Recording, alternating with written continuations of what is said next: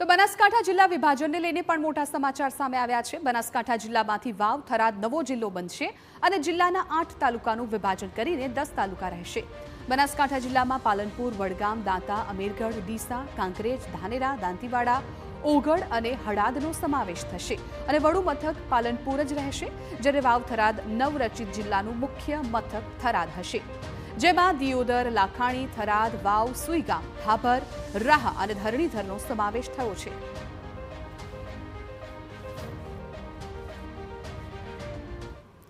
બનાસકાંઠા જિલ્લાનું વિભાજન અને રાજ્યમાં નવા 17 તાલુકાની રચનાથી રાજ્યમાં ઉજવણી જોવા મળી છે।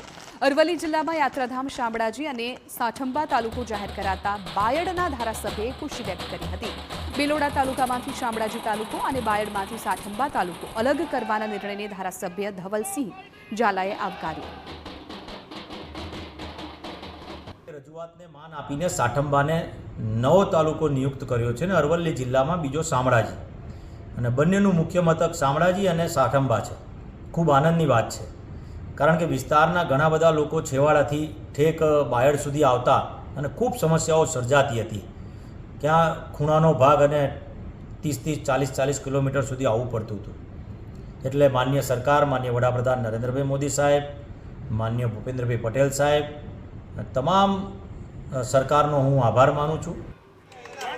બીજી તરફ બનાસકાંઠાના કાંકરેજ તાલુકાનું વિભાજન કરીને નવો ઓગળ તાલુકો રચવાના નિર્ણયને કાંકરેજના ધારાસભ્ય અમૃત ઠાકોરે આવકાર્યો। સાથે કાંકરેજ અને ઓગળ તાલુકો બનાસકાંઠા જિલ્લા હેઠળ જ રહેતા તેમણે ખુશી વ્યક્ત કરી હતી। તેમણે કહ્યું કે જનતાની ઈચ્છા મુજબ ઓગળ તાલુકાની રચના થઈ છે, જેનાથી લોકોના કામ સરળ બનશે। જિલ્લાની જ્યારે આજે રચના થઈ છે તેમાં કાંકરેજ તાલુકાને બનાસકાંઠા જિલ્લામાં સમાવેશ કરવામાં આવ્યો છે। એ પણ જનતાની જીત છે અને કાંકરેજ તાલુકાને તાલુકો જાહેર કરી જે ઓગળ તાલુકો જાહેર કરવામાં આવ્યો છે। ઓગળ એટલે ધોળી ધજાનો નાથ છે। કોંગ્રેસે નવા તાલુકાઓની જાહેરાતને ભાજપનો સત્તા ટકાવી રાખવાનો ખેલ ગણાવ્યો। પ્રવક્તા મનીષ દોશીએ કહ્યું કે ગ્રામ્ય વિસ્તારમાં ભાજપ સામે રોષ છે, તેથી ગામડાઓને શહેર બનાવી ભાજપ ફાયદો લેવા માંગે છે। જાહેરાત સાથે સરકાર નીતિ અને નિયત પણ બદલે તેવો કટાક્ષ કર્યો।